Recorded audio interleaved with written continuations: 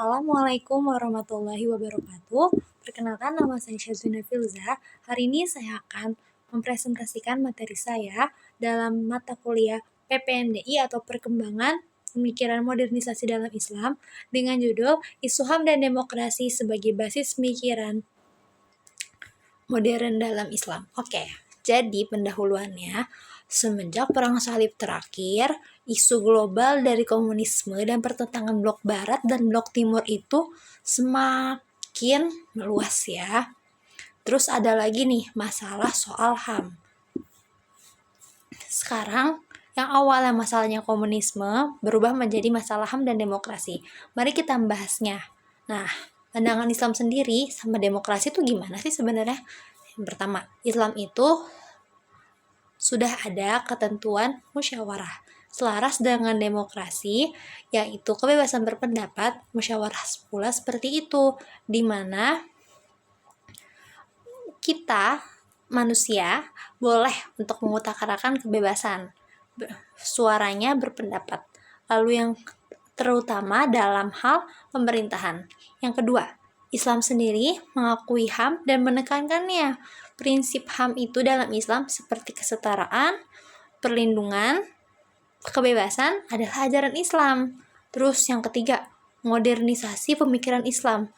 Pemikiran ini mencoba mengkombinasikan nilai modern dengan demokrasi. Terus dikombinasikan dengan ajaran Islam. Yang keempat, tantangan dan kritik.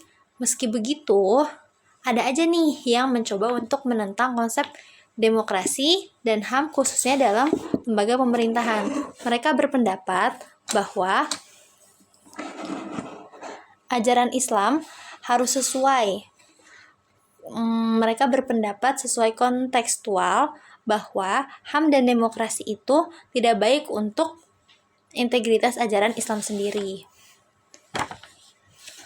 Lalu, tantangan apa aja sih dalam menerapkan HAM dan demokrasi? Nah, dalam menerapkan HAM dan demokrasi ini, masyarakat muslim era modern ada beberapa konflik ya. Konflik pertama, ada konflik antara tradisi dan modernisasi saling bertentangan. Ini orang yang begitu berpikir antara tradisi dan modernisasi sama-sama saling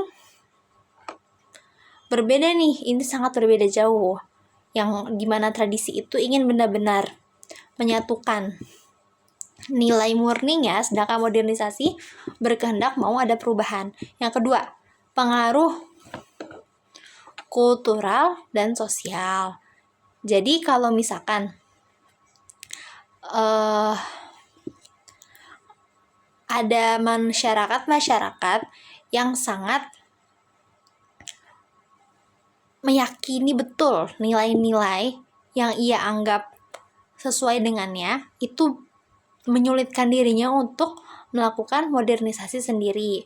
Terus yang ketiga, pengaruh politik dan otoritas itu sangat menghambat modernisasi. Kenapa? Karena kalau misalkan ada pemimpin yang tidak transparan, itu dapat merusak dan menghambat modernisasi. Dia korupsi ya. Yang keempat, pendidikan dan kesadaran yang baik.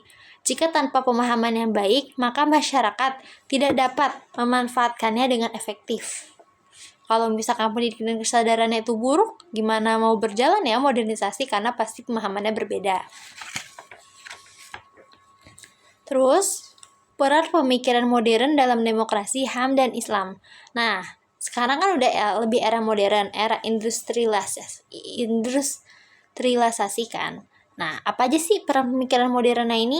Peran pemikiran moderna ini ada pembaruan interpretasi ajaran Islam, tafsir model baru. Sekarang ada nih tafsir yang sesuai dengan konteks zaman sekarang, yang zaman sekarang udah sangat jauh berbeda ya dengan zaman Rasulullah, sudah 1400 lebih. Ini sudah ada nih untuk bisa menyesuaikan diri dengan keadaan dan juga agama tanpa mempertaruhkan mengurangi keduanya. Yang kedua, promosi nilai-nilai universal. Yang ketiga, peningkatan partisipasi politik. Karena semua kalangan sekarang sudah lebih bebas ya, udah nggak ada yang namanya harus kalangan ini, nggak, semuanya bisa untuk maju ke dalam kursi politik. Yang keempat, ada dialog antar peradaban. Nah, sudah sampai ke kesimpulan ya teman-teman. Kesimpulannya, kita telah membahas bagaimana pandangan Islam terhadap konsep PPMDI, perkembangan pemikiran modern dalam Islam, dan HAM dalam PPMDI itu sendiri, mengetahui tantangannya dan juga peran. Ini bagaimana mengkombinasikan semua hal itu ya, antara demokrasi, HAM, dan ajaran Islam. Semoga isu ini menjadi hal yang positif dan kita semua dapat mengambil ilmu ke dalamnya. Oke semua, terima kasih telah mendengarkan saya. Saya ucapkan Assalamualaikum warahmatullahi wabarakatuh.